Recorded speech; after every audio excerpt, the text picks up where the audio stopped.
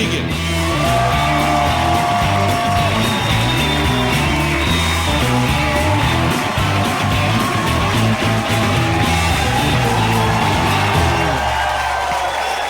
Thank you very much.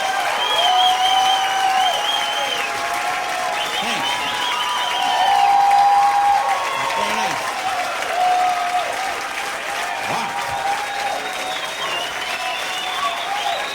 Thank you. Thank you. Man. Wow. That feels good. That's all the time I needed to fill. I appreciate that. Thank you, man. Feels great. I'm feeling good. I actually just recently had to go to the emergency room, though, and I had some stomach virus thing. I almost called an ambulance. It's weird, even considering calling an ambulance for yourself. You know? You call ambulances for other people, right? What are you supposed to say about yourself? Can you come get me? Yeah, I don't feel so good. Just come on in, I'll be lying on the floor.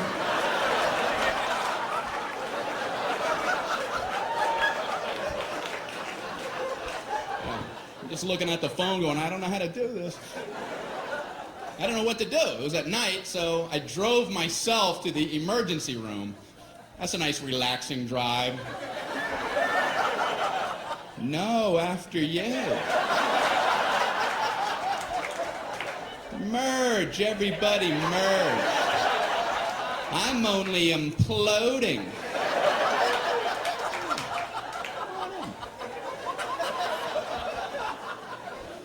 So I pull up at the entrance to the emergency room. No valet parking. I mean, if that's not the biggest oversight in our solar system. If there's ever a time where you want to go, can you park this because I need to collapse immediately? But no, I'm circling around a parking lot. Can I park there? I think I'm going to die. I'm dying too. Okay, go ahead.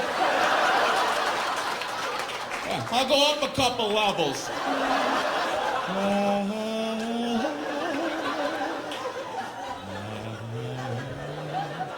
Unbelievable. I don't care if you're driving yourself or someone else to the emergency room. You still want to get out and run in with them. Are you supposed to drop somebody off and go park a car? Okay, you go in. Tell them you're shot.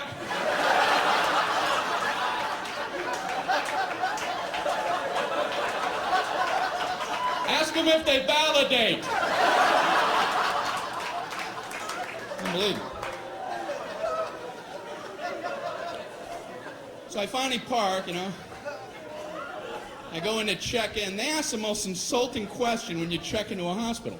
What seems to be the problem? What seems? Well, it seems. It seems like everything on my inside wants to be on my outside. But I'm no doctor. What kind of condescending question? So they check me into my luxurious half room. There's a curtain down the middle with a mystery patient on the other side. And he's moaning over there. Thinking, man, they're never going to help me with him moaning like that. So I got to out-moan him, you know.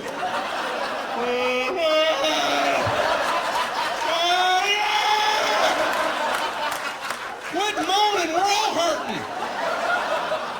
The whole floor is like a haunted choir. It's got to be hell to work in this environment. So I'm killing time writhing. Nurse finally comes in. How are you doing tonight? I'm on a gurney. You have a painkiller or something? This is killing me. So she goes, how would you describe your pain? It's killing me. I don't know if you remember that part. Ouch. What, are we playing that pyramid game? Excruciating. Horrific.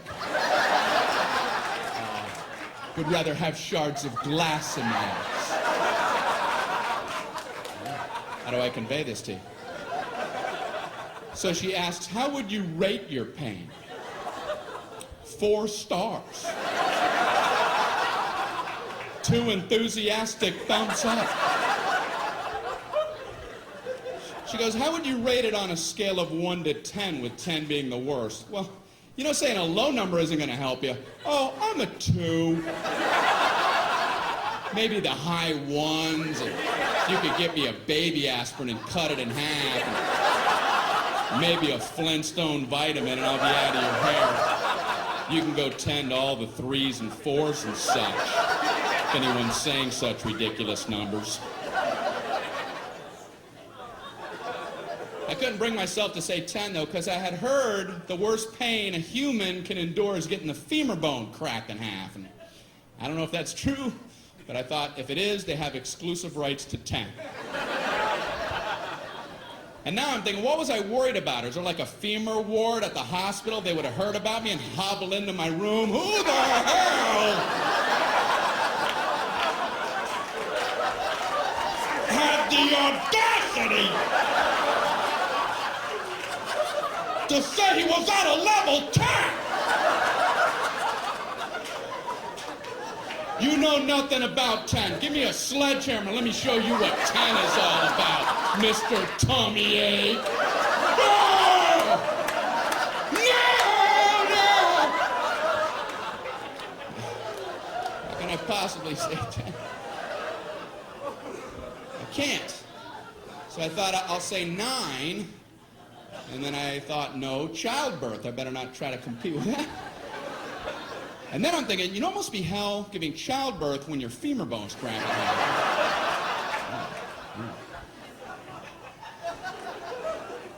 So I said, I guess I'm an 8. She goes, oh, okay, I'll be back. I'm like, oh, I blew it, man. I ain't getting nothing with 8.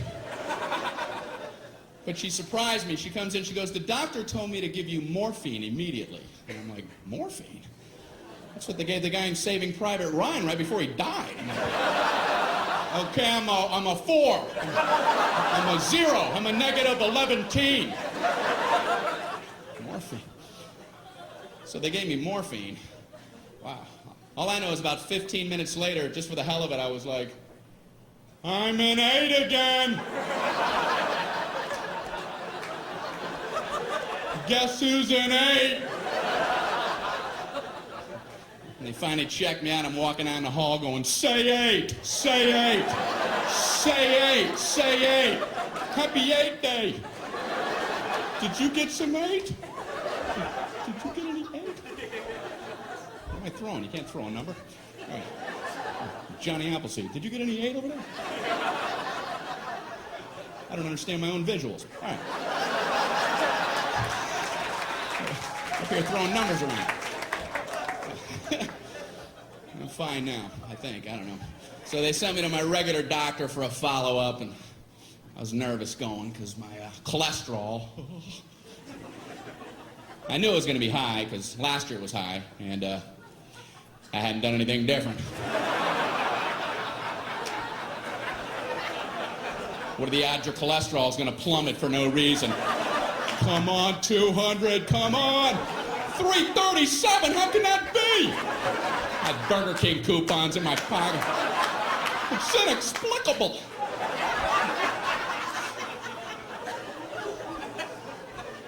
So I was nervous. And I realized that's the only time as an adult that I feel like a little kid, is when I go to the doctor. You didn't do what I told you, did you? No, I didn't. What should you have done? I should have listened when you were talking to me.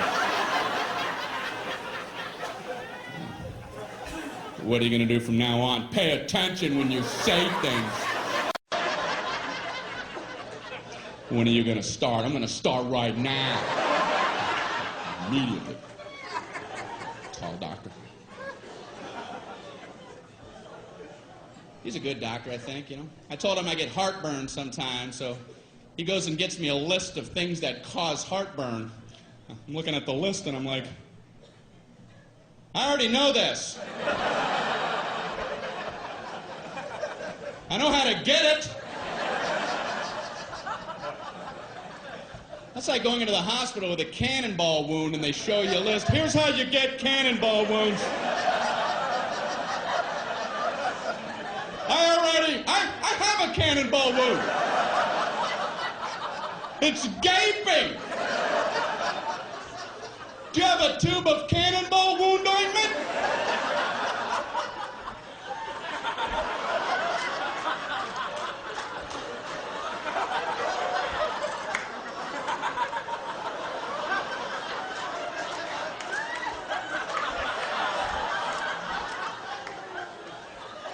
Number one, do not stand directly in front of a cannon. How true that is.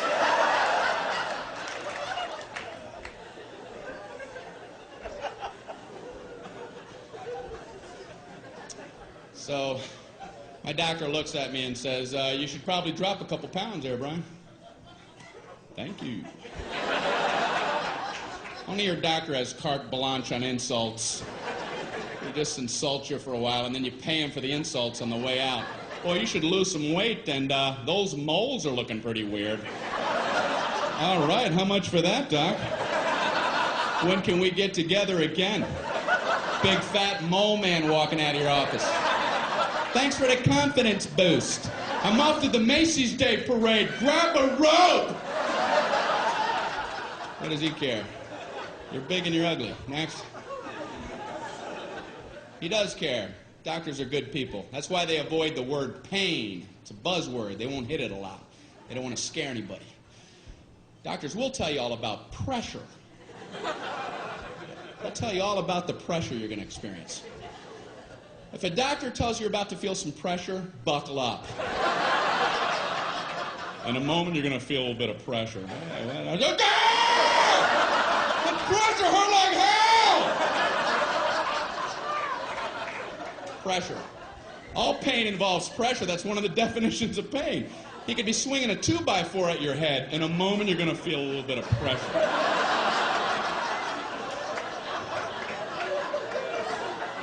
Hey, bring it on. I'm good under pressure. I like pressure situations.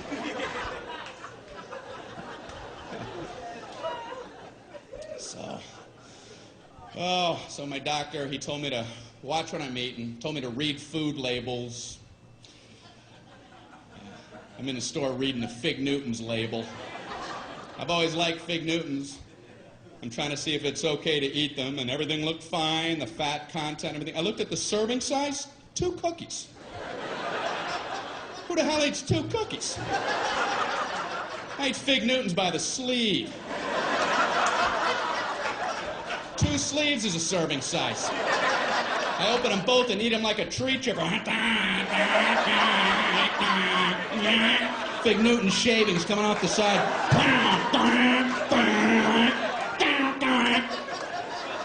Then I put a Newton catcher and empty that bag out as a snack. What the hell are they talking about? 2 Fig Newtons. They're the size of a postage stamp. You want another one? Oh, I don't know. I've already had 2 whole entire Fig Newtons.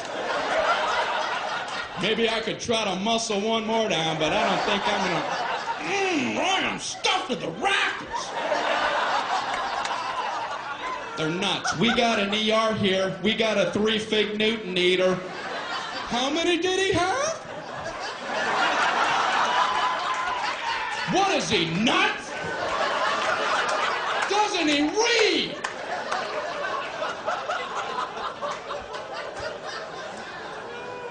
Who's coming up with serving sizes? A serving size of ice cream is a half a cup. What is that? What? Is that like a joke some guy put on there? Hey, come here. Look what I put for the serving size.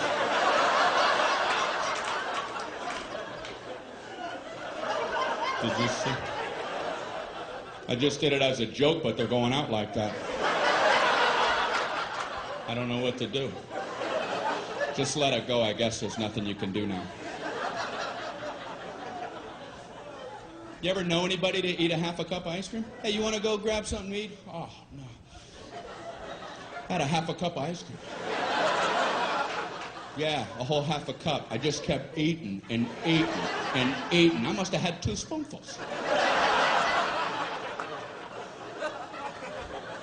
I think a serving size of ice cream is when you hear the spoon hit the bottom of the container. You know? Clank, and you can't do this anymore. I even ripped the side. Not sure what they're talking about for the half a cup of ice cream. I have to lay off dairy, though. That's what my doctor threw in as I was leaving his office. Oh, and lay off dairy. I'm like, what the hell? What kind of blanket sweep is that? And no more happiness. Away with you. What does he care? I'm trying to lay off dairy. I'm in the supermarket with my little cart, and I'm trying to avoid the dairy aisle. I can see they all have party hats on over there.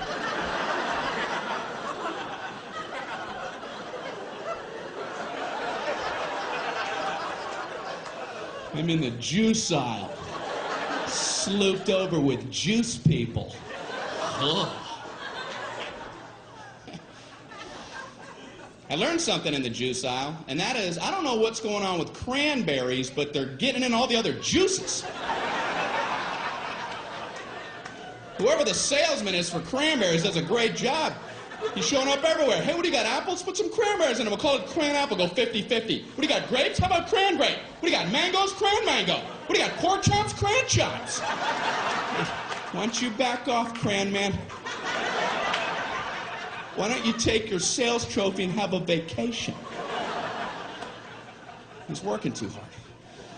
He's making the other fruit guys feel bad, you know? Like the banana guy wakes up, man, I ain't into nothing.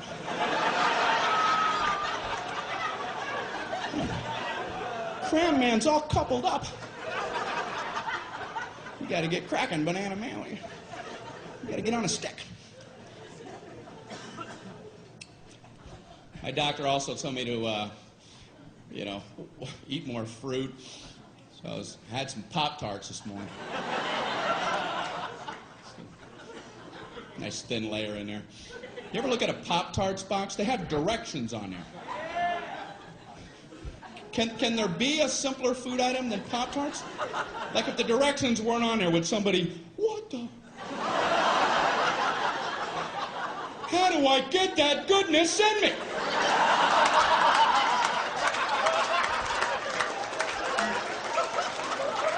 What do?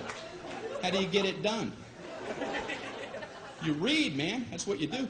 They have 2 sets of directions. In case you don't understand one set, you abandon that whole track and get on something a little easier for yourself.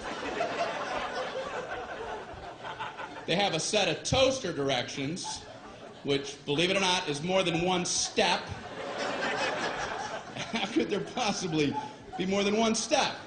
I can only think of one. Step 1, toast the Pop-Tarts. Go ahead, toast them. Hey, are you still reading this?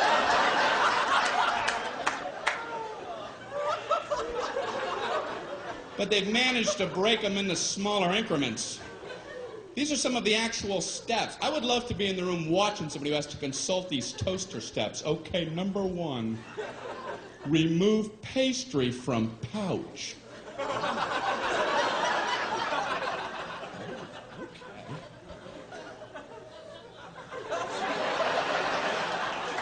I see where they're going with this. We're banging on all cylinders now. Number 2, insert pastry vertically.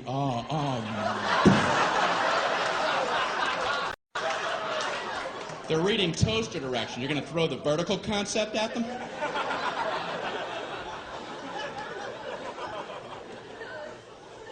Then they have a whole set of microwave directions. That just blew me away that you could actually microwave a Pop-Tart. I mean, how long does it take to toast a Pop-Tart? A minute? If you want them dark?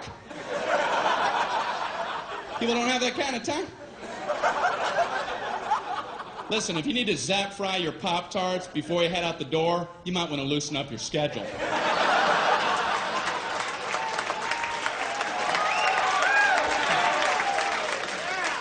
And I swear it says microwave on high for 3 seconds.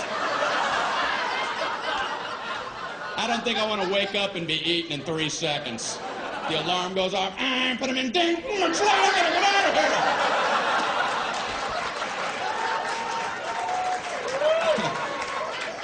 If you're waking, eating, and hauling in 3 seconds, you're booking yourself too tight.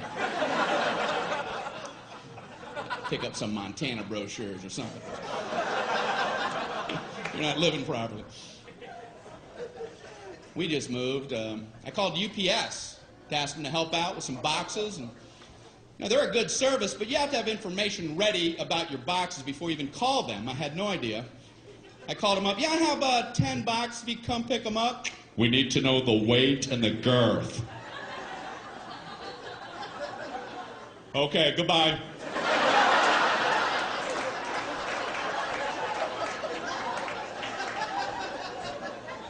So I called back, we need the weight and the girth. Okay, I don't know what the weight is, and I don't know what girth means. So now what's the procedure?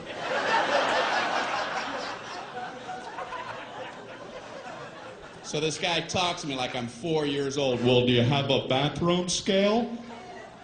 Yeah, but if I put the box on a scale, it's going to cover up the numbers!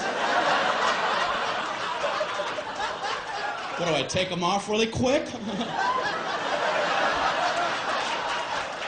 0, I'm not fast enough. What's he talking about?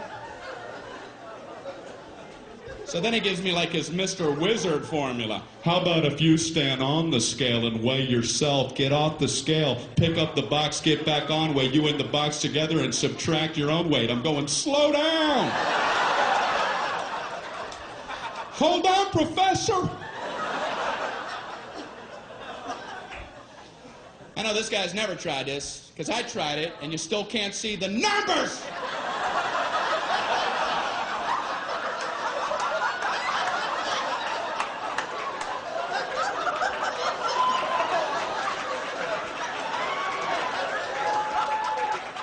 What am I, Mr. Olympia?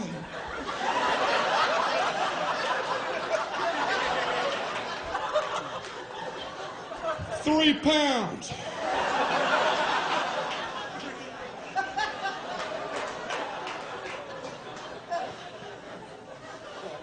Then I had to hang up in the middle of his girth formula.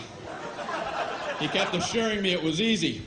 You know, the girth is very simple to figure out. You take the length and you double that by the smaller of the height after you triangulate the hypotenuse from the third side. Okay, I gotta go.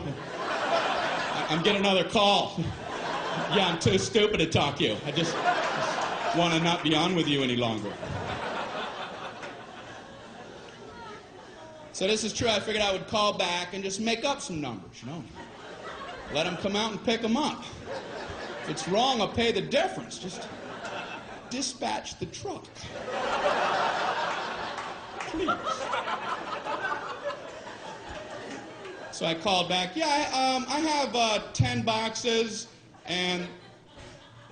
No, I'm another guy.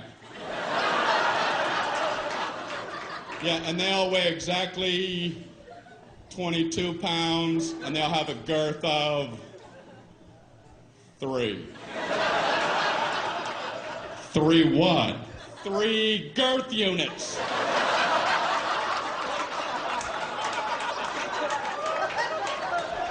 Come pick them up, please. I'm begging you. They're boxes, and they're brown, and they have tape all on them. And they probably fit on a dolly. Why must you torture me?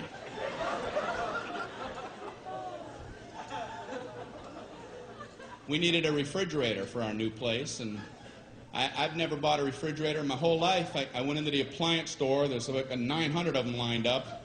There's a salesman there. What's this guy supposed to say about refrigerators? Well, you have this refrigerator right here. This keeps all your food cold for 600.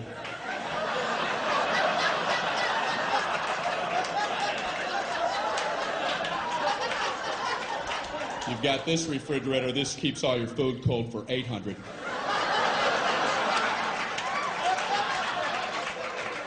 Check this out. 1400 keeps all your food cold.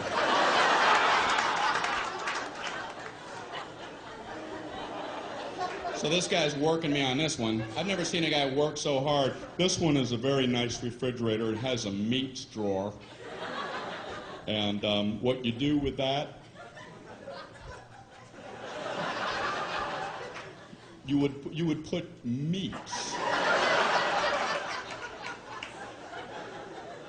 whatever varieties that you would choose. These would be your meats. So there's no requirement on the types of meats. You could pick bacon,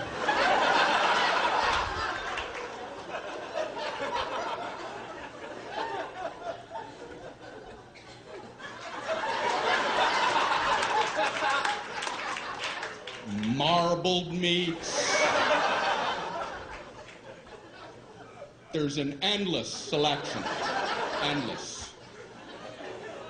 And this one also has a crisper for crispy things. Potato chips. Look in the door when the door's open. This has an egg area. And that's a very nice thing. It's an area for eggs. You put them all in the egg area. You come home and you go, hey, where are the eggs? Right in the egg area.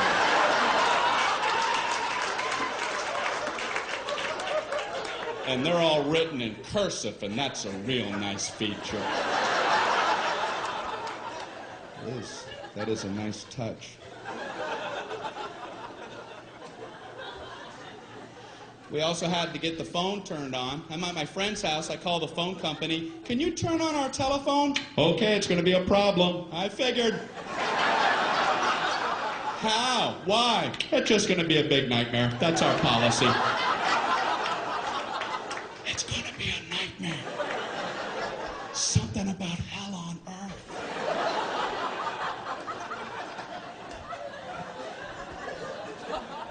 It's different than I thought. I didn't know how it worked, so I asked him, how does that work? Do we have to wait in our home for a few days for the phone people to come out? No, we do it differently now. We can just flip the switch from right here. Oh, great. Can you go ahead and flip it? We're going to flip it next Thursday.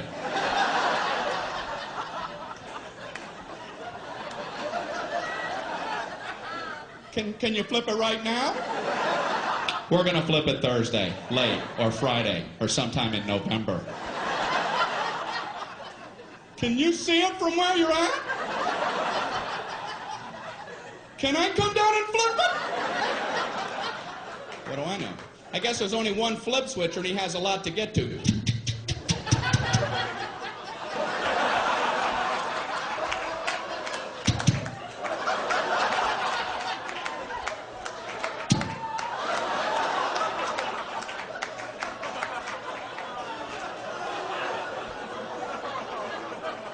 I assume they're tiny. Maybe they're big giant switches and they're really hard to flip, you know?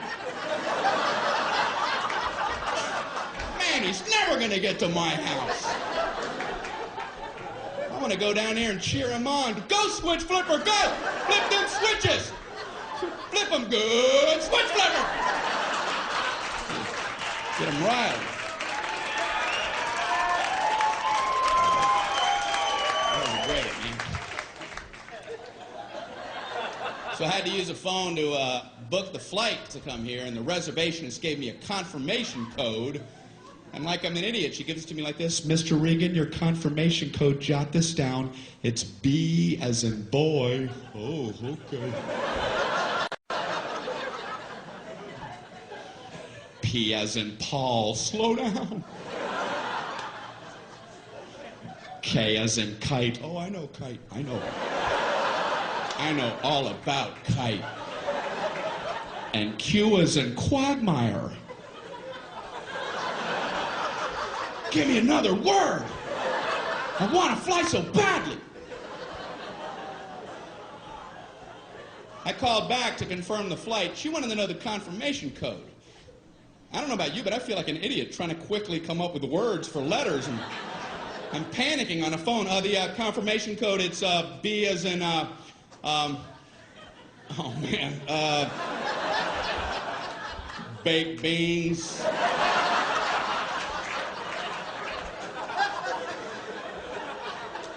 P as in pneumonia.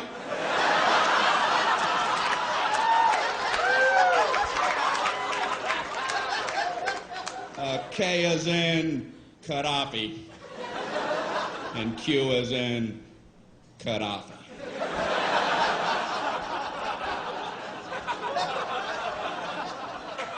They only do that with letters. Nobody ever does that with numbers. My code, it's 4 as in 423.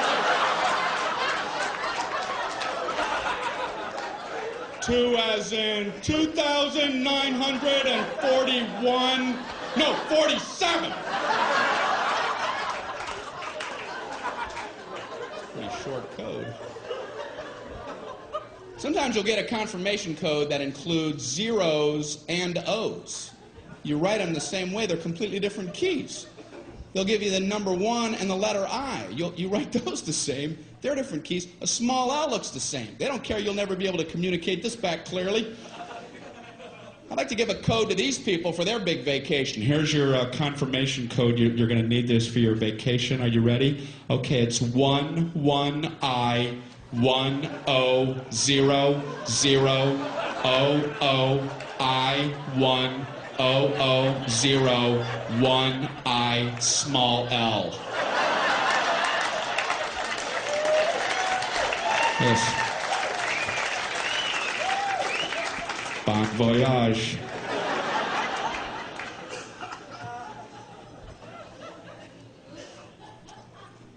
You know, I flew here. How come the first class people they can just get on whenever they want? I've always hated that. First class people, board at your leisure.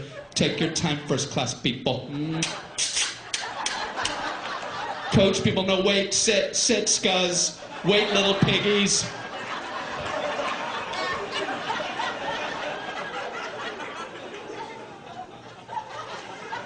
So when you do get on, the first class people, they're already sitting there. They're all sprawled out in their big thrones. Bring me the head of a pig.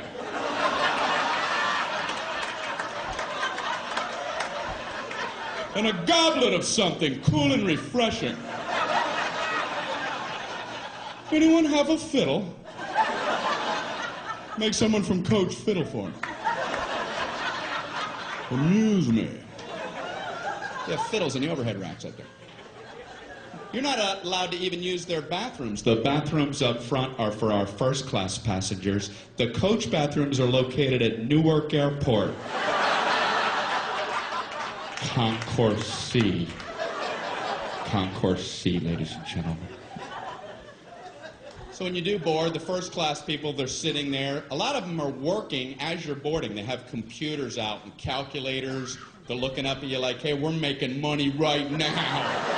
Right now we're making money. Go, get in the back.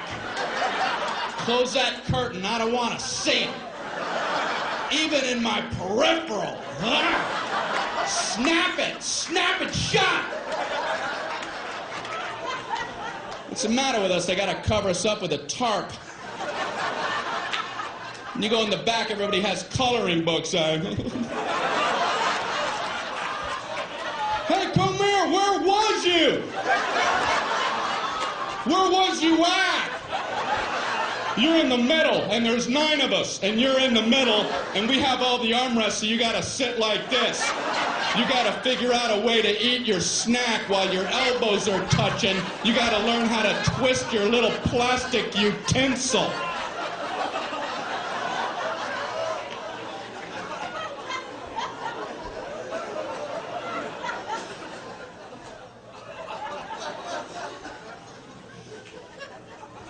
I like to sit way in the back, way in the back. Except for one thing, all the good meals run out, you know.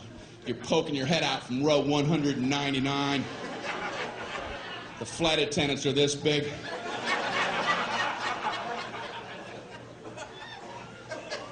You can hear the good meals getting snagged. We have a turkey sandwich, a chicken quesadilla, and a cold fish head. I'm just...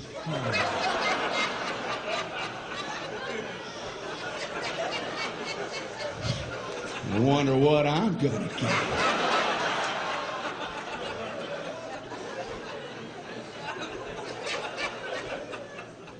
So when they get to the back of the plane, they have to do that flight attendant psychology game and pretend like the good stuff never even existed. It never even was. Would you like a nice cold fish head? They're frozen solid, frozen head of fish. The eyeballs in there and the skeleton's coming out. It comes with a turnip and a spork.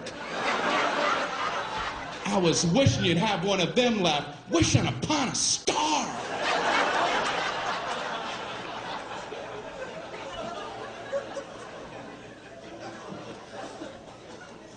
But I admire flight attendants, man, I really do.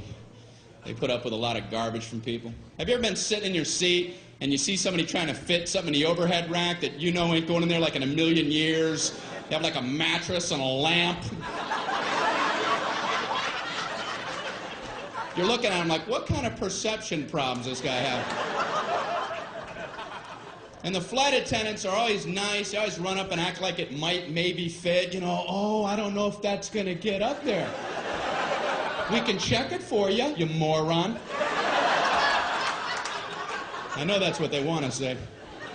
I would last about 8 seconds at that job. I'd just get up there. Does that look like it's going to fit? You have this much room, you have a dead yak. Are you okay? You don't see all these people jammed up waiting on you? You don't see any of that.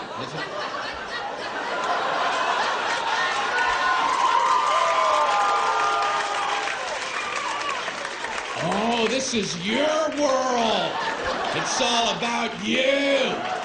You let us know when you're all set, Captain You Planet.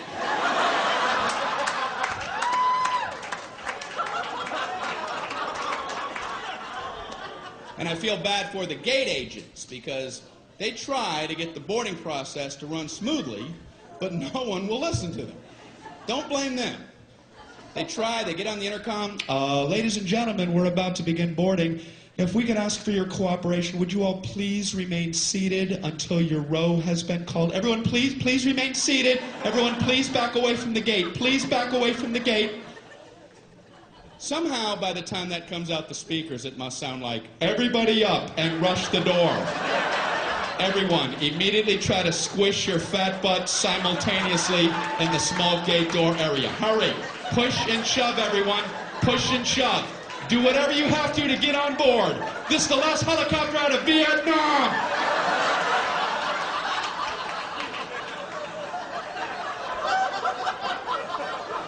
I'm embarrassed to be human.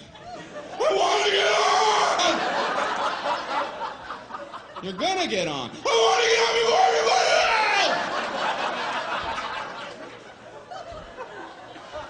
else! Why?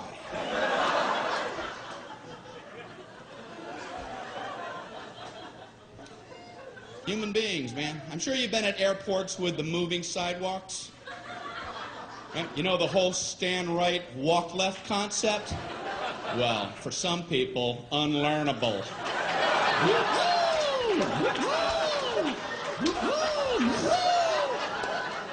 You ain't getting it in, no matter how much stimuli you offer. I've been on them where I don't understand how people don't see that that's the system. There's a big yellow dotted line going down the middle, and it's stenciled every 3 feet on the sidewalk. Stand, stand, stand, stand, walk, walk, walk, walk. On the handrail, stand, stand, walk, walk. Up here, stand, walk. Pictures of people standing, walking. And I've seen footprints together and apart. And you still have people riding that left handrail. It's fun to fly.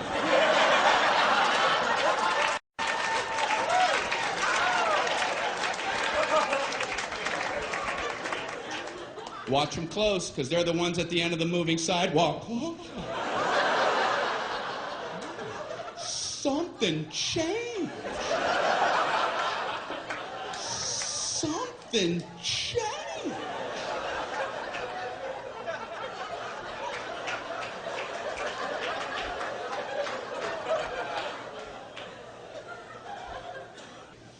I'm trying to get into inventing, and that's hard.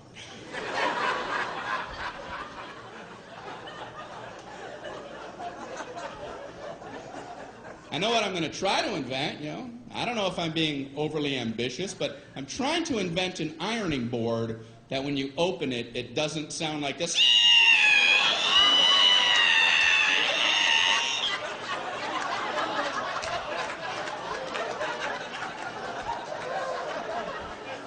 Every ironing board I've ever opened sounds like a witch being boiled in oil.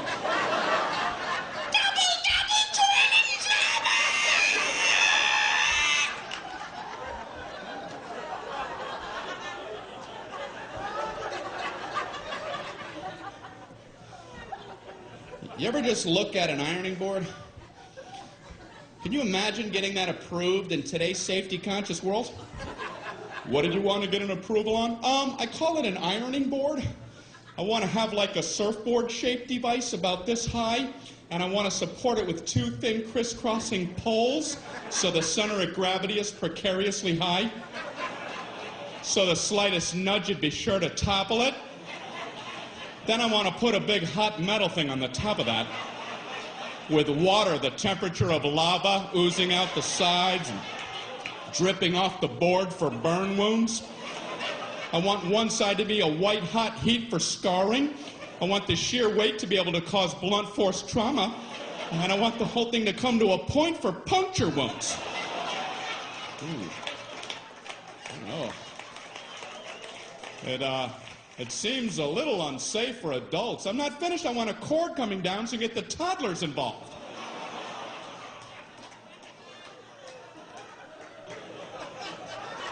Why are we allowed to have these? Inventions intrigue me. I was reading about the walkie-talkie, and I read it was a military invention. That surprised me, because usually military stuff has strong names, you know, Apache helicopter, Tomahawk missile. Walkie-talkie? How did that slip through the system? It's a general talking to some guy. What do you have there, soldier? Well, it's a new communication device. It's untethered, which will enable the troops to speak effectively when they're in the field. What's it called? Walkie-talkie. Look, I'm walkie and I'm talkie. Now you walkie and talkie, General. I'm walkie and talkie. Are you walkie and talkie?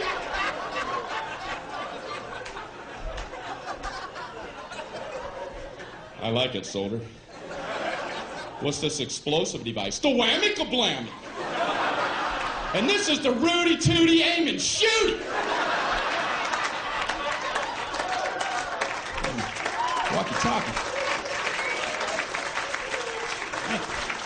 I'm wearing new contacts. I just had my prescription changed after 6 years. You ever wait that long? Then you get new lenses. You're like, man, I could have been seeing things. How can instantly improved vision not be at the top of your to-do list? I'll see tomorrow. I don't have time. I don't have time to see clearly. No, I don't. No, I can't do that. You see what's on my desk? So I go in for the eye exam. I don't know about you, but I concentrate like crazy during the eye exam. You don't want to get a D on that thing. End up with these big, thick Coke bottle lenses. I didn't take it serious.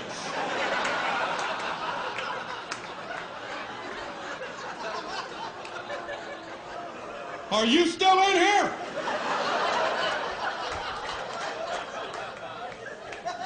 I'm just seeing shadows and shapes. It's important. They don't call it a quiz. So I go in there, I sit in that big chair. He slides that big giant thing on my face. Are these my glasses? What happened to me? That'd be a hell of a pair of glasses. Do I like it better like this or like this? I like this one, but I want to see that one again. That one's pretty good, but let's go back to that one. Click, click, click, click, click, click, click. I hate that test because I can't commit. I can feel my eye doctor losing his patience with me. Let's try it again, Brian. Which one do you like better, number 1 or number 2?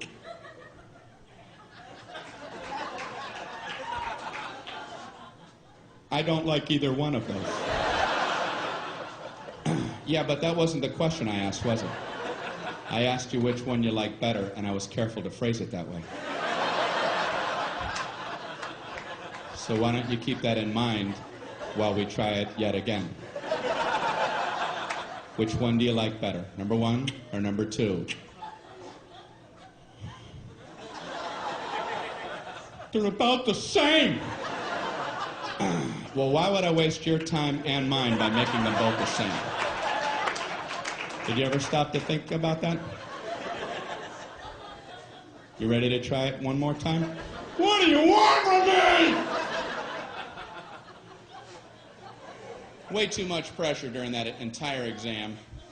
They do one test every time. I don't know what they're looking for. All I know is I get an anxiety attack in the middle of the damn thing. Tell me the exact moment point A is directly over point B. I'm like,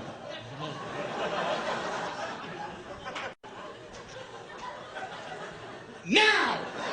No, now! Now! Then! I don't know when it happened. I'm worried if I'm off by 1/8 of a second, I'll get these big, giant Hubble coming attraction glasses. So you must have messed up that A-B test. Did I ever? Grand opening. What are they helping me with? My ability to watch cars pass on the highway? They pass now! And they pass now! Man, how do you do it?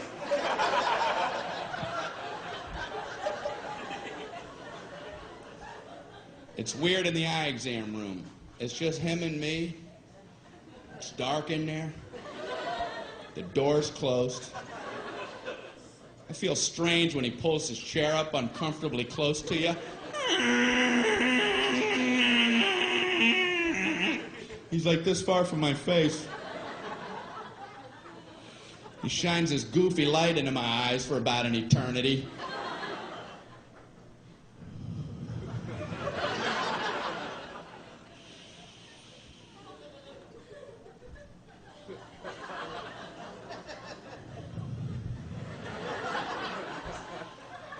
How you doing there? I'm a little uncomfortable. Can you back up a tad? Are you looking at my soul?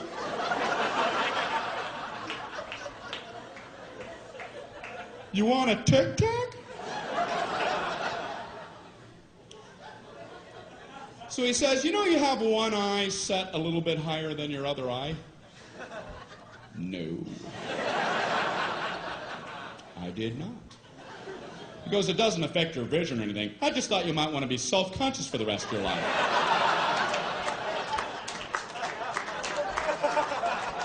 I went out to my car mirror. Am I some kind of monster? Is that a hump? I am not an animal. I am a man. What's the matter with him? Then he asked me, would you like to try trifocals? And I'm like, I must have been away a while because I have no idea what you're talking about. He says, it's exactly what you would think. You can see at 3 different distances depending on where you look through your lens. You can see close, medium, or far away. And I'm like, I can't even imagine getting used to that. There's a book, there's a plane, there's Alpha Centauri!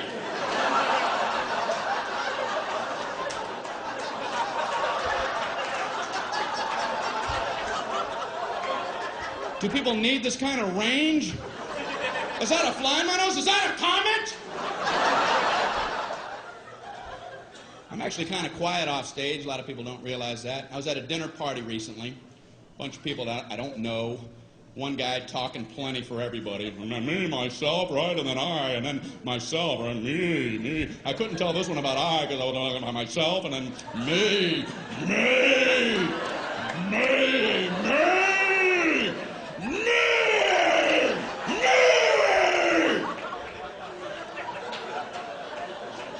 Beware the me monster. So I tried to jump in with a little story. I don't want to just sit there the whole night. Right when I'm done with my story, this guy goes, "That ain't nothing."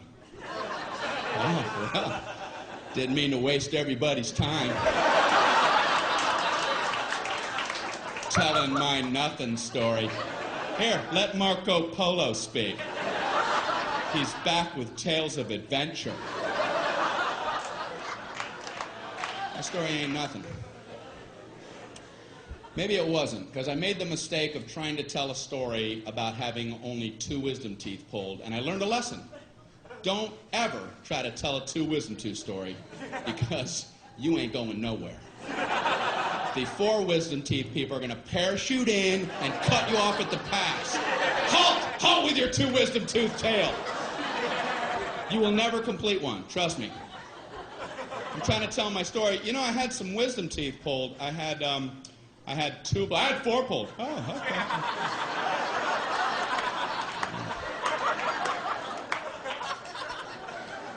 No 5, no 9. I had 9 wisdom teeth pulled. All of mine were impacted. They were all coming upside down. The roots are wrapped around my tongue, coming out my nose. They were tusks. I was a warthog. No anesthesia. They pulled them out with pliers. I was eating corn on the cob that afternoon. Pin the blue ribbon upon his chest. That knocks the socks off of my wisdom tooth tail. Why do people need to top other people? I've never understood it, and I see it all the time. Obviously, people get something out of it. At best, people wait for your lips to stop. Yeah, as soon as... Okay, yeah, you, me! You, me! You see the difference? You see that? Now I do. What is it about the human condition? People get something out of that. That's why I have a social fantasy. I wish I was one of the 12 astronauts who have been on our moon. They must love knowing they can beat anybody's story whenever they want. They can sit back quietly at a dinner party while some other person, some me monster's doing his thing, and let him go. Let him run with the line while you be quiet. Oh, really? Let him have his moment. Yeah, I'm a big traveler. I have my business. I got my own global enterprise I got to check on. You know, driving in the Autobahn because I keep a fleet of sports cars over in Zurich. You know, there's a Swiss account that I got to check out. Mount Kilimanjaro expedition, might have to cancel that. You know, runways in Aspen are a lot shorter the first time you go in there. The Pacific Rim Company, we're going to try to take that over. Global enterprise.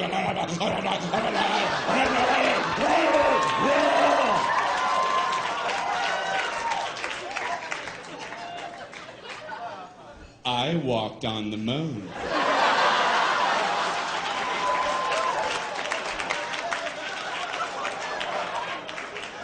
Well, you have the floor, Moonwalker.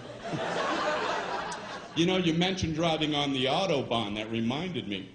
Once I was driving in the Sea of Tranquility. In my lunar rover. And I, too, was worried about our speed till I remembered, wait, we're the only ones on the moon. You guys are great. Thank you very much.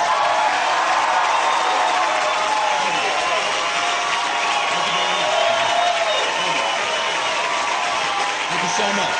Appreciate that. Thank you. That's right.